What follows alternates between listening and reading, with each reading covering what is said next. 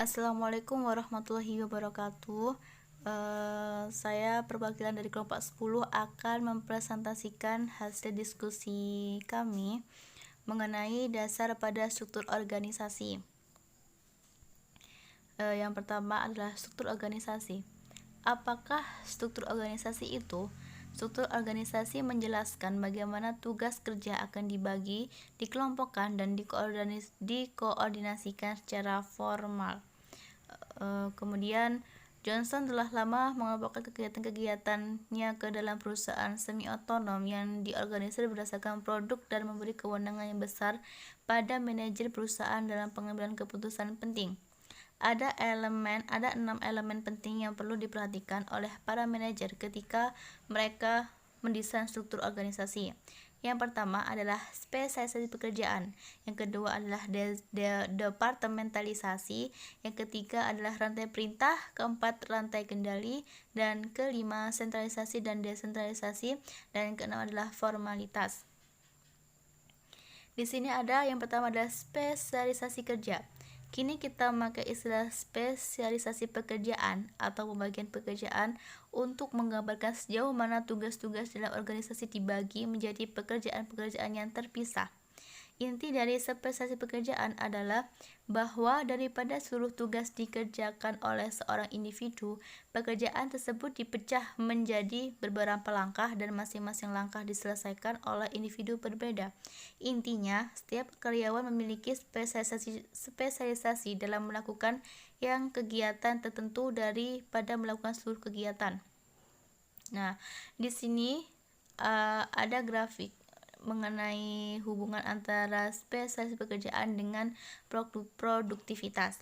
Ketika spesialisasi pekerjaan itu tinggi, maka produktivitas yang dihasilkan juga akan tinggi.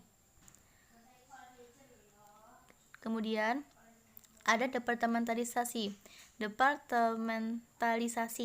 Dasar pengelompokan bersama pekerjaan disebut departementalisasi. Salah satu cara paling populer untuk mengelompokkan kegiatan adalah berdasarkan fungsi-fungsi yang dijalankannya. Departementalisasi berdasarkan fungsi dapat digunakan di semua jenis organisasi. Hanya saja, fungsi tersebut dapat berubah guna mencerminkan tujuan dan aktivitas organisasi. Misalkan, sebuah rumah sakit mungkin memiliki departemen yang dikhususkan untuk penelitian, perawatan pasien, pembukuan, dan sebagainya. Kemudian, ada rantai komando. Rantai komando adalah suatu garis wewenang tanpa putus dari puncak organisasi ke eselon paling bawah dan menjelaskan siapa bertanggung jawab kepada siapa. Konsep ini menjawab pertanyaan-pertanyaan dari karyawan seperti saya harus menemui siapa jika punya masalah dan kepada siapa saya bertanggung jawab. Wewenang mengacu pada hak-hak yang melekat dalam sebuah posisi manajerial untuk memberikan perintah dan untuk berharap bahwa perintah itu dipatuhi. Untuk memfasilitasi koordinasi, tiap posisi manajerial diberi sebuah tempat. Kemudian di sini ada sentralisasi dan desentralisasi. Sentralisasi dan desentralisasi dalam sejumlah organisasi, manajer puncak yang membuat semua keputusan. Para manajer di bawahnya hanya sekedar melaksanakan arahan manajer puncak tersebut. Sebaliknya, di organisasi lainnya, pengambilan keputusan diberikan hingga kepada manajer yang terdekat dengan tahap pelaksanaan. Yang pertama, biasanya, jika manajer puncak membuat keputusan organisasi yang penting tanpa atau dengan sedikit masukan dari bawahannya, organisasi tersebut merupakan organisasi yang tersentralisasi. Sebaliknya, semakin banyak bawahannya memberikan masukan atau diberi kewenangan untuk memberi keputusan, semakin terdesentralisasi organisasi tersebut. Pada organisasi yang terdesentralisasi, upaya memecahkan masalah dapat diambil dengan lebih cepat. Lebih banyak orang yang memberikan masukan dalam pengambilan keputusan, dan para karyawan merasa tidak terisolasi dari mereka yang membuat keputusan yang mempengaruhi kehidupan pekerjaan mereka. Kemudian di sini ada organisasi yang tak terbatas. Organisasi tanpa batas merupakan usaha mengurangi rantai perintah, memiliki rentang kendali yang luas, dan menggantikan departemen dengan tim yang tangguh dengan menghilangkan batasan vertikal. Manajemen mengurangi hierarki, status dan pangkat dikurangi.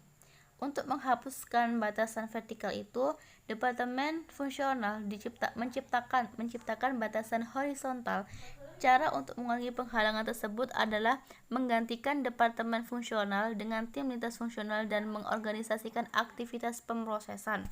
Ketika berjalan sepenuhnya, organisasi tanpa batas juga menghilangkan hambatan eksternal, rintangan, dan ditentukan oleh faktor geografi.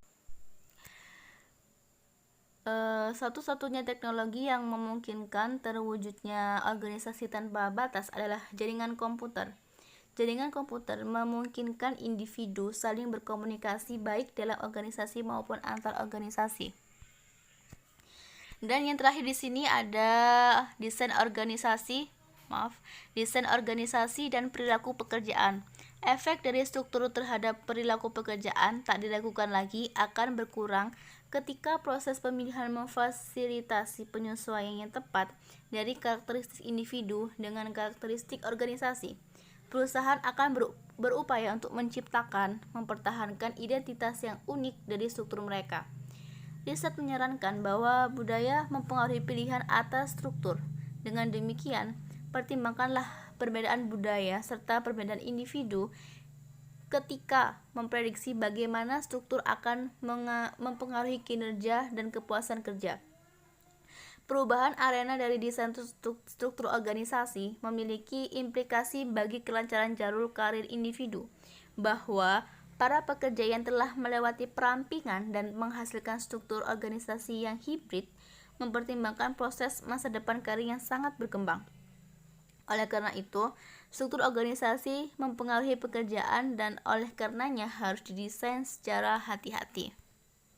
Sekian, terima kasih presentasi kami. Apabila ada salah kata, kami mohon maaf. Assalamualaikum warahmatullahi wabarakatuh.